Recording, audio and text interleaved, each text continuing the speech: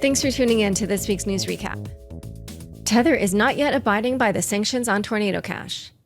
Tether, the world's largest stablecoin issuer, announced it would stick to its decision to not freeze Tornado Cash addresses, at least for now. The announcement came shortly after a report from the Washington Post that alleged Tornado was defying U.S. sanctions on Tornado Cash.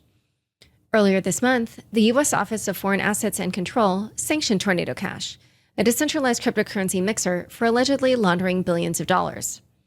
Following the sanctions, Circle, the U.S.-based entity behind the stablecoin USDC, froze over $75,000 in funds linked to Tornado Cash addresses. However, Tether, a Hong Kong-based company whose legal obligations to the sanctions are unclear, has decided to take a different path, as it has not yet frozen any assets related to the platform. According to the statement released on Wednesday, Tether has not received any requests from either U.S. law enforcement or regulators to freeze addresses involved with the mixer. Unilaterally freezing secondary market addresses could be a highly disruptive and reckless move by Tether, the company stated. Still, the company said it is in contact with law enforcement almost daily, and it also hinted that it would comply with regulators if it was asked to freeze addresses. Speaking of Tether, last week, BDO Italia, the accounting firm hired by the stablecoin issuer to publish attestation reports, revealed a 58% decrease in the company's commercial paper holdings at the end of the last quarter from the previous quarter. The reduction from $20 billion to $8.5 billion in commercial paper holdings is in line with its promise to cut its exposure to those assets by year's end. Congressman demands answers on the Tornado Cash sanctions. The news about Tornado Cash doesn't end with Tether. This week, U.S. Congressman Tom Emmer sent a letter to U.S. Treasury Secretary Janet Yellen demanding answers on the Tornado Cash sanctions. Representative Emmer is an advocate of the crypto industry and has addressed many of the concerns raised by the community. These sanctions are unique in that they were not levied against a person or an entity, but against privacy-enabling code, he wrote. After Tornado Cash was sanctioned, Alexei Pertsev, one of the main developers of the platform, was arrested in Amsterdam. Last Saturday, a group of 50 people gathered in the city's Dam Square to protest against the arrest and demanded Pertsev's freedom. However, on Wednesday, a judge in the Netherlands ruled that Pertsev must stay in jail for 90 days until the initiation of the public hearing. Ethereum merge's kickoff date is confirmed. The Ethereum Foundation has confirmed September 6th as the date for the initial kickoff of the merge. In a blog post, the foundation wrote, "Following years of hard work, Ethereum's proof-of-stake upgrade is finally here. The successful upgrade of all public testnets is now complete, and the merge has been scheduled for the Ethereum mainnet. The transition to proof-of-stake is split into two upgrades called Bellatrix and Paris. The first upgrade, Bellatrix, is scheduled for September 6th at 11:34 a.m. UTC. In the blog post, the foundation included the links to upgrade the necessary Ethereum clients, a compulsory step for the Bellatrix update to happen. Celsius, Bankrupt and Embroiled in legal battles. Crypto lender Celsius, which is going through bankruptcy proceedings, has filed two lawsuits this week. The first one is against a former business partner, Prime Trust, which was providing Celsius with custody services. Celsius is claiming that when it terminated the business relationship with Prime Trust in June of 2021, the latter did not return all the assets it was handling. Prime Trust has allegedly kept $17 million worth of crypto assets, and Celsius is now asking those assets to be returned, plus damages to be determined by the court. The second one is actually a countersuit against Kickoff. In July, Jason Stone, Kiffy's founder, had filed a lawsuit claiming that Celsius manipulated the price of the CEL token, failed to hedge against Kiffy's trading activities as they had agreed upon, and that the company's financial mismanagement had created an accounting hole of $200 million. Now, Celsius is countersuing Kiffy and its founder, accusing them of stealing, losing, and laundering millions of dollars worth of cryptocurrency through Tornado Cash. As for Celsius's financial health, CFO Chris Ferraro said during a bankruptcy hearing call with creditors that the company will likely not run out of cash until the end of the year. Previously, law firm Kirkland & Ellis had estimated that this would happen in October. Ferraro is now saying that Celsius will receive additional funds from maturing loans, savings on sales, and savings on use taxes on mining rigs, and it will be able to stay cash flow positive for the remainder of the year. This week for my premium subscription, I interviewed Thomas Brazil, the founder of 507 Capital, who has been buying distressed crypto claims since the Mt. Gox bankruptcy. He had a lot of insight into Celsius's bankruptcy and discussed the likelihood of its survival. Big name exchanges eye Voyager's distressed assets. According to CoinDesk, the distressed assets of Voyager, another bankrupt crypto lender, are attracting some interest from the biggest players in the industry. FTX and Binance are reportedly among the companies exploring bidding for Voyager's assets, which will have to go through a sale following the Chapter 11 bankruptcy. Voyager was allowed by a court to pay employees retention bonuses for up to $1.6 million. Per the judge's decision, the names of the approximately 30 employees receiving the bonuses will not be publicly disclosed.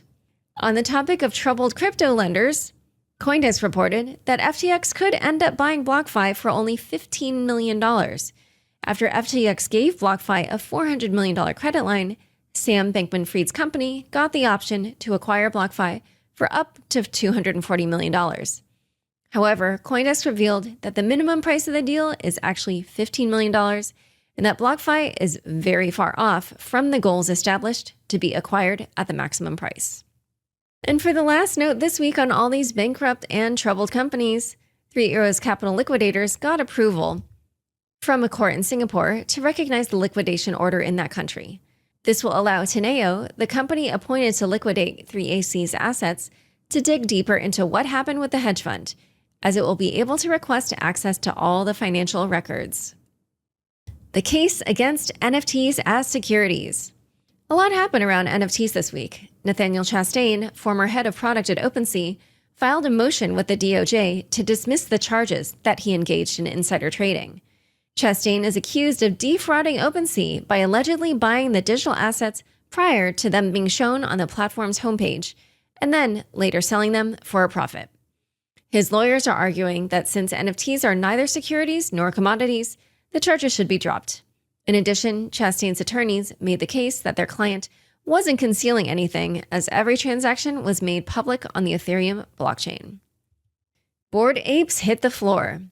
Speaking of NFTs, the floor price of the Bored Ape Yacht Club, or BAYC NFT collection, hit its lowest since the beginning of the year.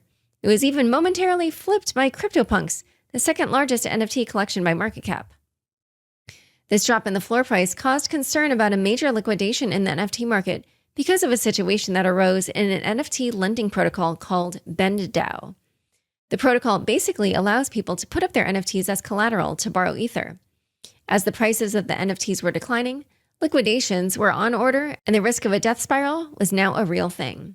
To make matters worse, BendDAO started suffering a classic bank run as lenders lost their confidence in the platform's ability to repay them and decided to withdraw their ETH.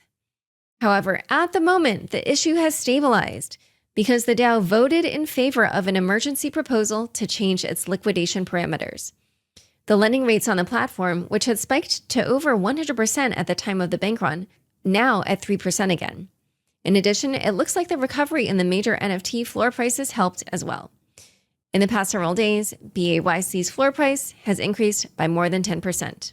Anyone saying that this is the next 3AC, Luna, '08 housing crisis, etc., was being sensationalist. The scale of the problem wasn't that big for the market, said NFTstatistics.eth, the director of research at Proof Collective.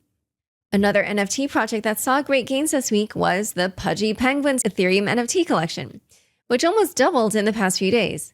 One penguin was sold for 400 ETH this week, around $650,000. Lawsuit sparks solidarity in the crypto community. YouTuber BitBoy Crypto filed a defamation suit against another YouTuber called Atozy, who had made a video on how BitBoy promoted a crypto token that later failed. On Twitter, Atozy revealed that he was being sued and asked the community to help him with the funds needed to pay for the legal fees. Jordan Fish, most commonly known as Kobe, donated 100,000 USDC.